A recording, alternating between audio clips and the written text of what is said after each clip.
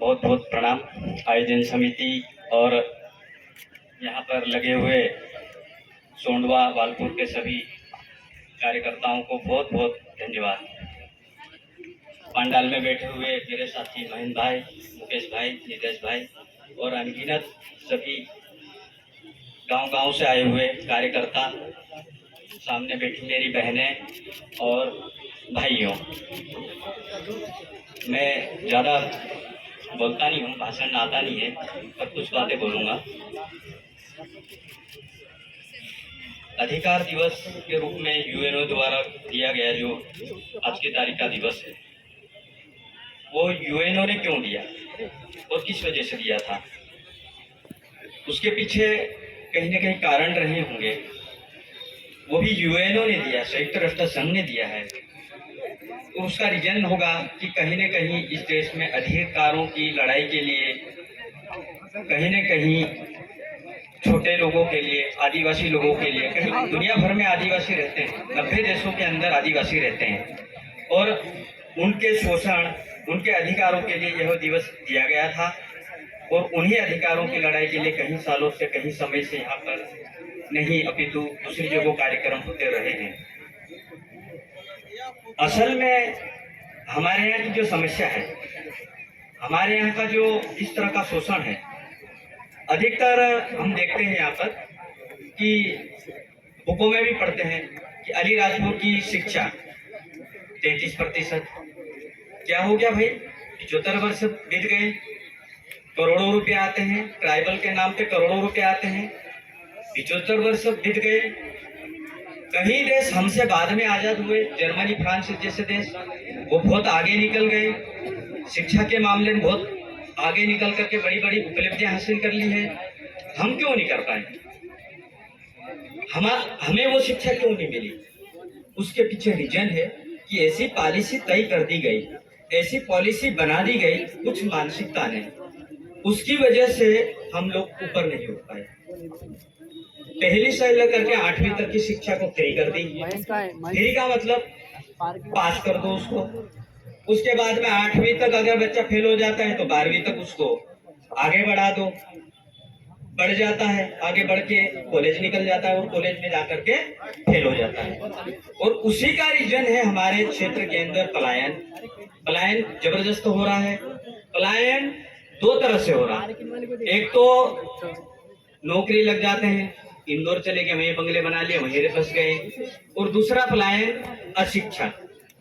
12वीं तक पढ़ने के बाद में हम देखते हैं कि 12वीं तक पढ़ाई की और उसके बाद में पोटला पाटली बांध के गुजरात चले जाते हैं और गुजरात में ही फिर हो जाता खत्म काम। इसलिए हमारी पॉलिसी को चेंज करना पड़ेगा, शिक्षा की पॉलिसी को बदलना पड़ेगा। जो ढांचा बनाया गया है शिक्षा का, वो ढांचा इतना खराब बनाया गया है कि उस ढांचे को अगर नहीं बदलाना तो कुछ भी नहीं होना है। कई देशों ने शिक्षा को ऐसे अच्छे से बनाया है, उन लोगों ने शिक्षा में बहुत महारत हासिल कर ली है और बड़े बड़े रिसर्च किए हैं। आज हमारा आदिवासी समाज देखो कि शिक्षा के क्षेत्र में कुछ भी नहीं हो रहा। बताओ कि 8वीं तक आदमी को आगे बढ़ा दो, 12वीं तक बढ़ा दो, उसके बाद कॉलेज जाते हैं, कॉलेज में फेल हो जाते हैं, जेम तेम करके पास हो जाते हैं। पास होने के बाद फिर बाद में थोड़ा बहुत कॉम्पिटिटिव के लिए हम लोग इंदौर जाते हैं, इंदौर में पढ़ाई करते हैं, तैयारी करते हैं। तो वहाँ रह करके पढ़ने के बाद में कई वर्षों बाद में वैकेंसी आती है। तो वैकेंसियाँ भी आती है, तो वो वैकेंसियाँ इतनी आती है कि 5 साल पहले फॉर्म भरा था और उसका फॉर्म की एग्जाम 5 साल बाद हो रही है। और जैसे ही रिजल्ट आता है, वैकेंसियाँ हो भी जाती है तो पेपर फूट जाता है। कभी सागर में पेपर फूट गया, कभी ग्वालियर में पेपर फूटा, हर जगह मैंने हमको जो राइट से दिए गए हैं उसका सरेआम मखान उड़ाया जा रहा है।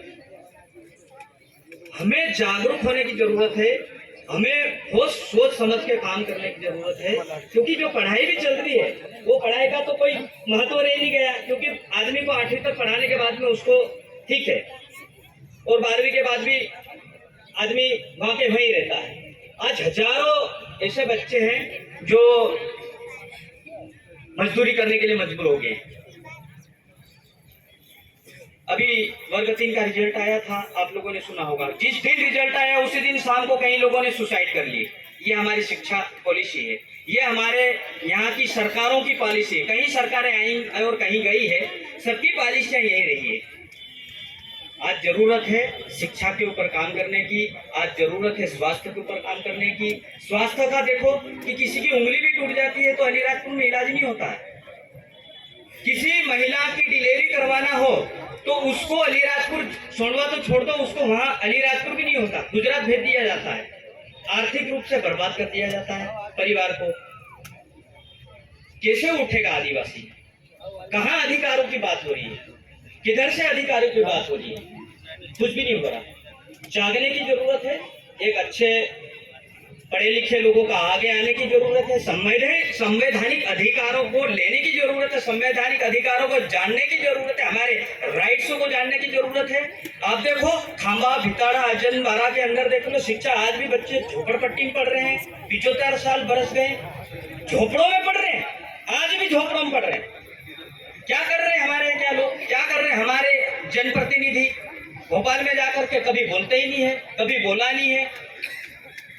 तो इन चीजों को जानने की जरूरत हो गई। वही अधिकार है, वही हमारे जो राइट्स दिए, वही उन्हीं अधिकारों के ऊपर काम करने की जरूरत है और अधिकारों के मांगने की जरूरत नहीं। हमको यही अधिकार दे दो, हमको उचित शिक्षा दे दो, हमको उचित इलाज दे दो, हमको उचित व्यवस्थाएं दे दो। आज की तारीख में अलीराजपुर झाबुआ जिले के अंदर सिकल सेल की समस्या आ रही है। हर तीसरे व्यक्ति को सिकल सेल की समस्या का सामना करना पड़ रहा है, टीबी का सामना करना पड़ रहा है। अभी नीतीश भाई बोल रहे थे कि यार सिकल सेल के लिए शिविर लगाएंगे। क्या कर रहे हैं भाई, क्या कर रहा है स्वास्थ्य विभाग? कुछ नहीं होने वाला। यही हमारे राइट्स है, इन्हीं के ऊपर काम करने की जरूरत है। बहुत सारे मेरे साथी आए हुए हैं कम शब्दों के साथ। जय जोहर, जिंदाबाद। बहुत बहुत धन्यवाद दादा आपका।